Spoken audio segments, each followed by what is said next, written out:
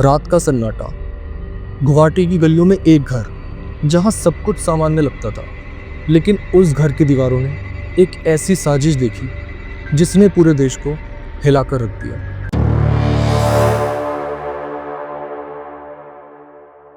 एक ऐसी महिला जिसने अपने पति और सास को रास्ते से हटाने की ठानी। एक ऐसा अपराध जिसकी स्क्रिप्ट किसी थ्रिलर फिल्म से कम नहीं। आज हम बात करेंगे वंदना कलिता की, जिसने प्यार की आड़ में खून की ऐसी कहानी लिखी कि पुलिस भी हैरान रह गई। तो चलिए शुरू करते हैं इस खौफनाक क्राइम स्टोरी को, जो आपको सोचने पर मजबूर कर देगी।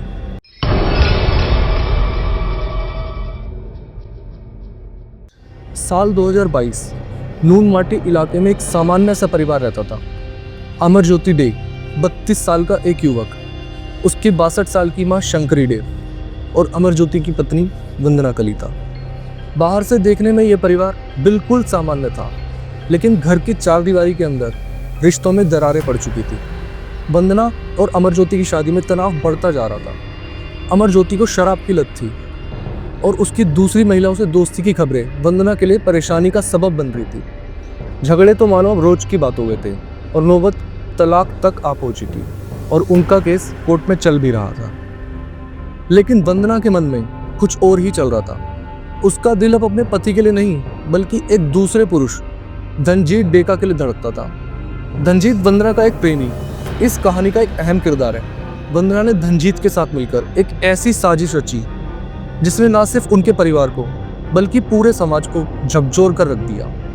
26 जुलाई 2022 यह वही दिन था जब वंदना ने अपनी योजना को अंजाम देने का फैसला किया। उसने धनजीत को फोन किया और कहा, शिकार हलाल होने के लिए पूरी तरह तैयार है, आप आ जाओ।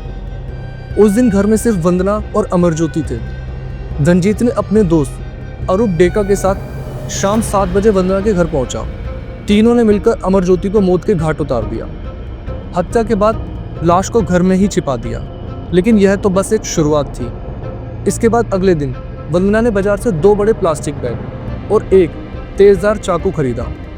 फिर वंदना, धनजीत और अरूप ने मिलकर अमरज्योति की लाश के 5 टुकड़े किए। यह काम इतना बेरहमी से किया गया कि सुनकर ही रोंगटे खड़े हो जाएं। टुकड़ों को 2 अलग अलग प्लास्टिक के बैग में पैक किया गया।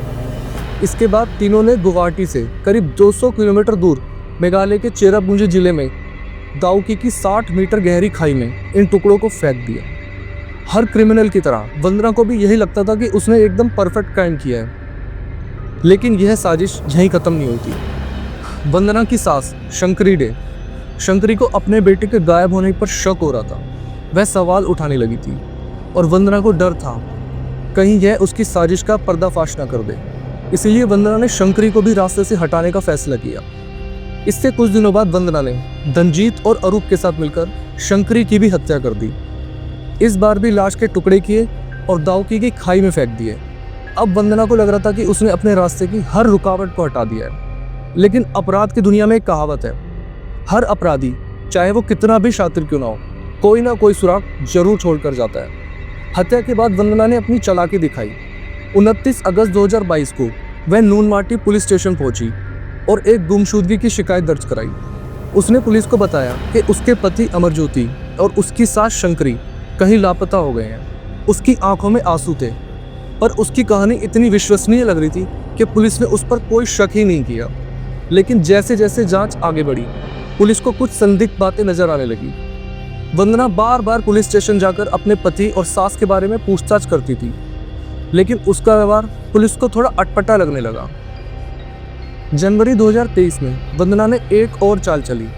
उसने शंकरी के ममेरे भाई राजेश डे के खिलाफ शिकायत दर्ज कराई, जिसमें उसने राजेश पर शक जताया।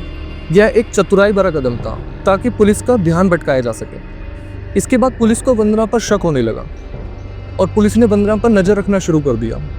24 फरवरी 2023 को जब वंदना फिर से पुलिस स्टेशन पहुंची तो पुलिस ने उससे सख्ती से पूछताछ की। शुरुआत में तो वंदना अपनी ही कहानी पर अड़ी रही, लेकिन पुलिस के दबाव के आगे वह टूट गई। पूछताछ में उसने सारी साजिश उगल दी। उसने बताया उसने अपने प्रेमी धनजीत और उसके दोस्त अरूप के साथ मिलकर अमरज्योति की और शंकरी की हत्या की थी। उसने यह भी खुलासा किया कि लाश के टुकड़े मेघालय की दाउकी खाई में फेंके गए थे। इसके बाद पुलिस ने तुरंत कार्रवाई शुरू की। वंदना, धनजीत और अरूप को गिरफ्तार कर लिया गया। पुलिस की एक टीम मेघालय पहुंची, जहां खाई से लाश के टुकड़े भी बरामद किए गए। यह खोज इतनी भयावह थी कि पुलिसकर्मी भी सन्न रह गए। डीएनए टेस्टिंग के जरिए यह पुष्टि भी हुई कि यह लाश के टुकड़े अमरज्योति और शंकरी के ही थे। श्रद्धा वॉलकर मर्डर केस, इस केस के बारे में आप सबने जरूर कभी ना कभी जरूर पढ़ा या सुना होगा। जांच के दौरान एक खुलासा हुआ। वंदना ने पुलिसकर्मी को बताया कि वह दिल्ली के श्रद्धा वॉलकर मर्डर केस से बहुत ही ज्यादा प्रभावित थी। उसने टीवी पर आफ्ताब पूनावाला की खबरें देखी थी, जिसमें आफ्ताब ने अपनी लीड इन पार्टनर श्रद्धा की हत्या कर लाश के टुकड़े किए थे। वंदना ने उसी तर्क पर अपने अपराध को अंजाम दिया। यह खुलासा सुनकर हर कोई इतना हैरान था कि एक सामान्य सी दिखने वाली महिला इतनी खौफनाक साजिश आखिर कैसे रच सकती है। वंदना कलिता, धनजीत डेका और अरुण डेका के खिलाफ भारतीय दंड संहिता की धारा 302 के तहत हत्या, 201 के तहत सबूत मिटाने और 34 साझा मंशा के तहत मामला दर्ज किया गया। कोर्ट में सुनवाई के बाद तीनों को दोहरे हत्याकांड का दोषी पाया गया। हालांकि सजा की सटीक जानकारी सार्वजनिक रूप से अभी उपलब्ध नहीं है, लेकिन ऐसे मामलों में आमतौर पर आजीवन कारावास या फांसी की सजा दी जाती है। यह केस अभी भी असम की अदालतों में चर्चा का विषय बना हुआ है। दोस्तों, वंदना कलिता का यह केस हमें कई सबक देता है। रिश्तों में आई खटास ने इस भयावह अपराध को जन्म दिया। अगर समय रहते दोनों ने अपने मतभेद सुलझाए होते तो शायद ये हादसा टल सकता था। मीडिया और क्राइम स्टोरीज का गलत प्रभाव कमजोर दिमागों को अपराध की ओर धकेल सकता है। वंदना का श्रद्धा मर्डर केस से प्रभावित होना इसका जीता जागता उदाहरण है। दोस्तों, हर अपराधी की तरह वंदना को भी लगा था कि उसने एकदम परफेक्ट क्राइम किया है और कोई भी उस तक पहुंच नहीं पाएगा, लेकिन पुलिस की सतर्कता और जांच ने उसे सलाखों के पीछे पहुंचा ही दिया। यह साबित करता है कि अपराध कितनी भी चतुराई से किया जाए, कानून की नज़र से बचना बिल्कुल मुश्किल है। दोस्तों, हमें आसपास के लोगों के व्यवहार पर कड़ी नज़र रखनी चाहिए। अगर शंकरी डे के संदेह को समय रहते गंभीरता से लिया गया होता तो शायद उनकी जान बच सकती थी। वंदना कलिता की यह कहानी सिर्फ एक क्राइम स्टोरी नहीं है, बल्कि यह एक चेतावनी है। ये हमें बताती है प्यार और नफरत के बीच की रेखा कितनी पतली हो सकती है। एक गलत कदम आपकी ज़िंदगी को हमेशा के लिए बदल सकता है। दोस्तों, इस कहानी से आपने क्या सीखा? कमेंट करके ज़रूर बताएं। और ऐसी ही सस्पेंस से भरी क्राइम स्टोरीज के लिए हमारे चैनल टॉप क्राइम स्टोरीज को जरूर सब्सक्राइब करें। अगली स्टोरीज में फिर मिलते हैं, तब तक के लिए सतर्क रहें, सुरक्षित रहें। नमस्कार।